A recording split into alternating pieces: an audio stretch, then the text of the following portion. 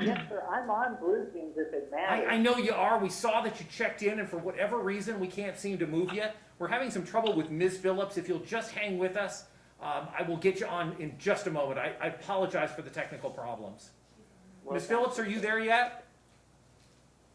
I'm here, yes. Thank you. Again, I apologize to you as well. We're having some technical problems here today. Okay, case number R. Both parties present today. This is a continued contempt hearing. I have the DA here as well. I noted that the issue of support is currently on appeal right now. Is that correct, Mr. Phillips? yes, Your Honor, that's correct. All right, so Judge Hoskin just ruled that he lacked subject matter jurisdiction for these issues because that's vested with the Court of Appeals or the Supreme Court. I'm not sure whether you're going to be a Court of Appeals case or a Supreme Court case. That's up to them to decide. But nevertheless, they divest the court of jurisdiction. I can't really enforce an order that's not final. So I'm not going to be able to move forward today. I'm going to give you guys a new date. These things historically take a while, so I'm going to give you a date that's a year out.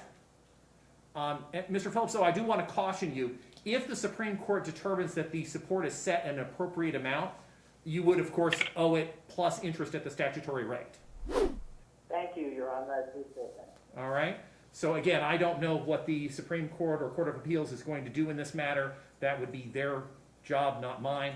But I don't believe it's appropriate for me to move forward under these circumstances. I agree with Judge Hoskin's position that we've been divested of jurisdiction over these issues. Well, thank you, Your Honor. All right. May I make a statement? Here's the thing. I'm very hesitant to take any evidence. That's why I didn't swear you in. And it's why I don't really think I should be having statements today, because no jurisdiction really means I don't have any jurisdiction. It means I shouldn't be making findings and I shouldn't be venturing in. So I start treading on dangerous ground when I hold quasi-hearings. Does that make sense, Mr. Phillips? No, I understand it's a subject matter jurisdiction issue, and I'm aware, so thank you. Okay. So, Ms. Phillips, I know that I might have been talking in legalese, and I want to make sure that you understand what the court's position is and what Judge Hoskin's position was. Do you have any questions about why we're not able to go forward today? No, thank you. Okay. All right. So. And Your Honor? Oh, I'm sorry. The DA would like to say something. Yes, Ms. Thomas?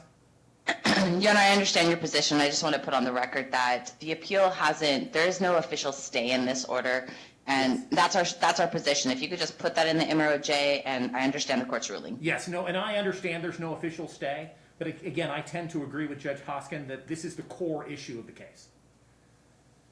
So Okay. even though there's no stay, I would feel uncomfortable holding someone in contempt for an order that is, at this point, not final.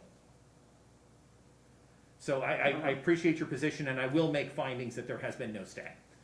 All right, so our next court date will be? January 9th, 2023 at 9 a.m.